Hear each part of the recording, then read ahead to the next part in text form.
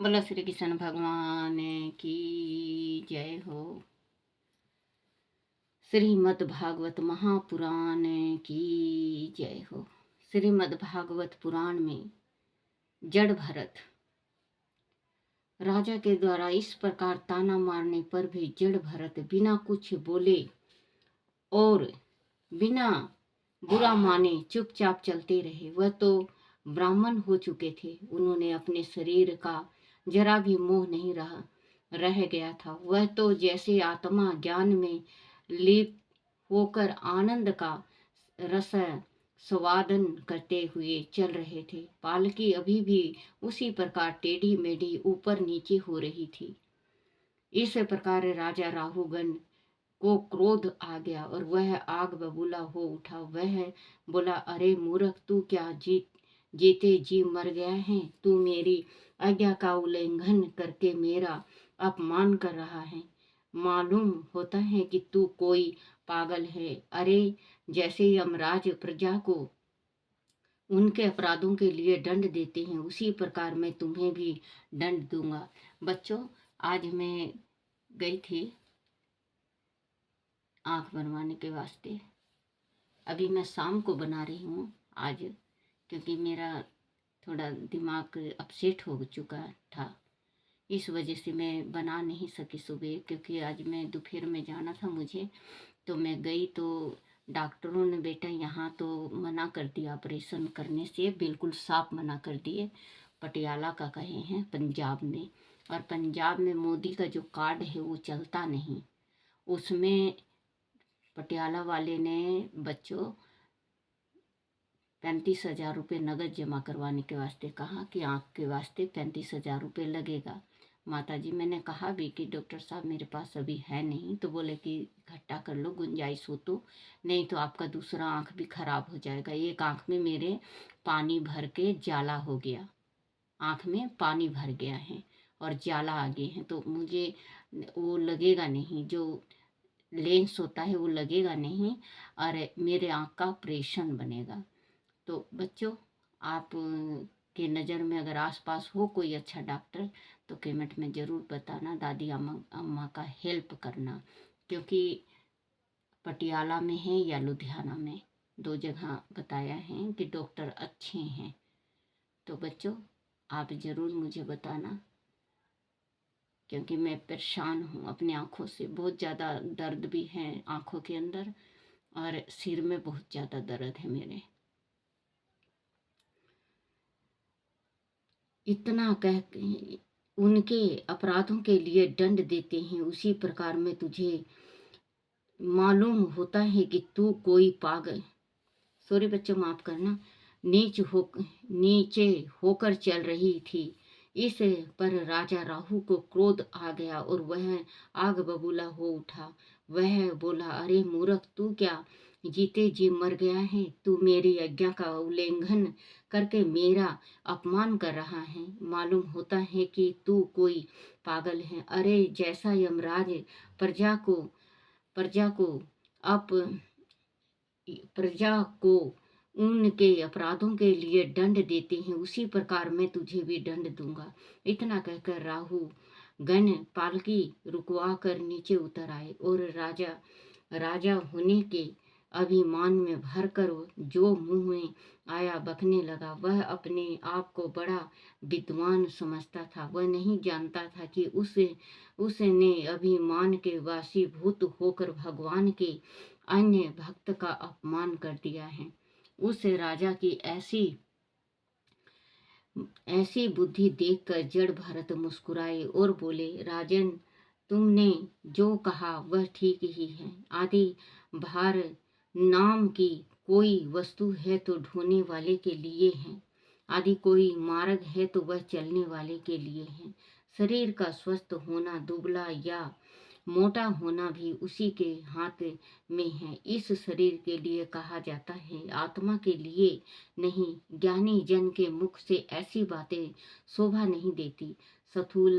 सथुलता, कुशलता आदि वादी, भूख प्यास, भय, कलह, इच्छा, बुढ़ापा, निंद्रा, प्रेम, क्रोध, शोक और अभिमान, यह सारे धर्म शरीर का अभिमान करने वाले में रहते हैं। मुझ में इनका लेश मात्र भी अंश नहीं है। हे राजन, तुमने जो मरने जीने और दंड देने की बात कही है, उसके लिए मैं यही कहता हूँ कि जितने भी विकार पदार्थ हैं, उन सभी में नियमित रूप से यह बातें देखी जाती है, क्योंकि वह जन्म लेते हैं और अंत में मर जाते हैं। हे यशस्वी नरेश, जहाँ जहाँ देखी स्वामी जहाँ स्वामी सेवक भाव शीतल होता है, वहीं पर अज्ञान पालन का भाव निमित्त रूप से नियम बंद होता है। तुम राजा हो और मैं प्रजा हूँ। इस प्रकार भी भेद बुद्धि के लिए मेरे पास अवकाश नहीं है। परमार्थ की दृष्टि में कौन स्वामी है और कौन सेवक, इसका निर्णय कैसे किया जा सकता है? फिर राजन आदि, तुम्हें राजा होने का अभिमान है तो कहो, मैं तुम्हारी क्या सेवा करूं? वीरवर में मंत उत्पन्न पागल और मूर्ख जड़ भरत अपनी ही स्थिति में रहता हूँ। मुझे दंड देकर तुम्हें क्या हाथ लगेगा? आदि मैं मूर्ख और पागल हूँ, जड़ और प्रमादित हूँ, तो भी मुझे शिक्षा देकर तुम पीसी हुई रेत को ही पुनः पीसोगे, तब तुम्हारा परिश्रम व्यर्थ ही जाएगा। राजन, मुनिवर जड़ भरत के यथार्थ तत्वों के उपदेश को सुनकर राजा राहु गण का मुंह खुला का खुला रह गया। जड़ भरत शांत भाव से फिर पालकी को उठाने लगे, परंतु राजा ने उन्हें रोक दिया। उनका सारा राजमद दूर हो गया था। वह जड़ भरत के चरणों में गिरकर क्षमा मांगने लगा और बोला, हे देव, आपके यज्ञों पवित्र धारण किया हुआ है। आप इस प्रकार स्वच्छेद रूप से विचरण करने वाले कौन हैं? आप किसके पुत्र हैं? क्या आप दत्तात्रेय आदि दूतों में से कोई हैं? वह आपका आना कैसे हुआ? कहीं आप छाया वेश में छिपे हुए भगवान कपिल देव तो नहीं है? वह विप्रवर, मुझे ना तो इंद्र के ब्रज का भय है, ना मैं महादेव जी के त्रिशूल से डरता हूँ, ना यमराज के दंड से। मुझे अग्नि, सूर्य, चंद्र, आयु और कुबेर के अस्त्र शस्त्रों का भी कोई भय नहीं है, परंतु मैं ब्राह्मण कुल के अपमान से बहुत डरता हूँ। अंत कृपया बतलाइए कि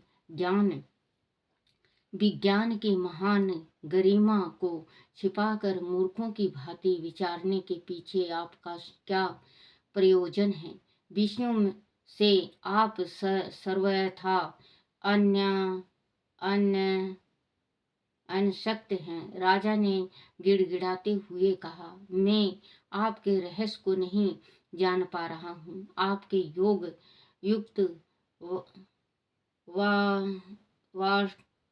वाक्यों को सुनकर मेरी बुद्धि चकरा रही है। कृपया आप परिचय दें। मैं आत्मा ज्ञानी मुनियों के परम गुरु भगवान श्री हरि की ज्ञान शक्ति के अवतार योगेश्वर कपिल देव जी के पास यह पूछने जा रहा था कि इस लोक में एकमात्र शरणगत वत्सल कौन है? कहीं आप मेरी परीक्षा लेने कपिल मुनि ही तो नहीं है? प्रभु, मेरा भ्रम दूर कीजिए। हे दीनबंधु, राजा होने के अभिमान में पागल होकर मैंने आप जैसे परम साधु का अपमान कर दिया। आप कृपा करके मेरी दुष्टता को क्षमा कीजिए।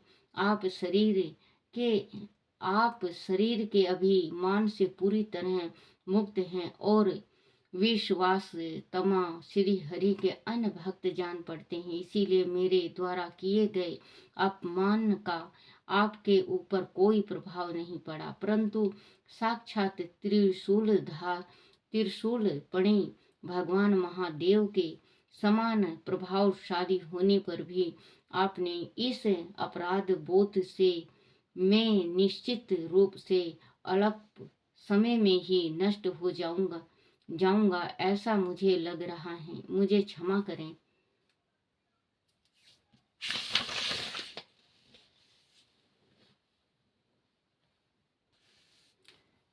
बोलो श्री कृष्ण भगवान की जय हो। भागवत पुराण का 11वां अध्याय। राजा राहु को भरत जी का उपदेश। जड़ भरत ने राजा से कहा, क्षमा मुझसे नहीं परम ब्रह्मा से मांगे, वह ही सब पर दया करने वाले हैं। अज्ञानियों की भांति तर्क करने से कुछ प्राप्त नहीं होता। तत्वज्ञानी पुरुष स्वामी सेवक संबंधों पर विचार नहीं करते, क्योंकि लौकिक व्यवहार के सामने वैदिक व्यवहार भी पूरे तत्व सत्य नहीं है। वेदों में जो कुछ भी कहा गया है वह गृहस्थियों की जीवन पदार्थिक को ही ध्यान में रखकर कहा गया है। राग देश से रहित विशुद्ध तत्व ज्ञान का उल्लंघन उनमें भी नहीं किया गया है। जो गृहस्थल यज्ञ कर्मों से प्राप्त स्वर्गीय सुख को सपन व्यर्थ अर्थात क्षण भंगुर नहीं समझता, उसे उपनिषदों का तत्व ज्ञान भी परम तत्व के दर्शन नहीं कर सकता। जब तक मनुष्य का मन सत्व राज और तमो गुणों के वासीभूत रहता है, तब तक वह अपनी इसी इंद्रियों पर अंकुश रखे बिना शुभ अशुभ कर्मों में ही लिप्त रहता है। उसका मन भौतिक वासनाओं में ही उलझा रहता है और वह अपने को कभी सुखी और समृद्ध अनुभव करता है तो कभी पतन के गर्त में गिरा जाता उलझा रहता है। और वह अपने को कभी सुखी और समृद्ध अनुभव करता है तो कभी पतन के गर्त में गिर जाता है। वह मायावी मन इसी प्रकार जीवन को संसार चक्र में डालकर घुमाता रहता है। जब तक वह मन है तभी तक जीव के सामने अच्छे बुरे दृश्य बने रहते हैं। अंत इस मन को वश में करके ही परमात्मा के दर्शन किया जा सकता है। यही वह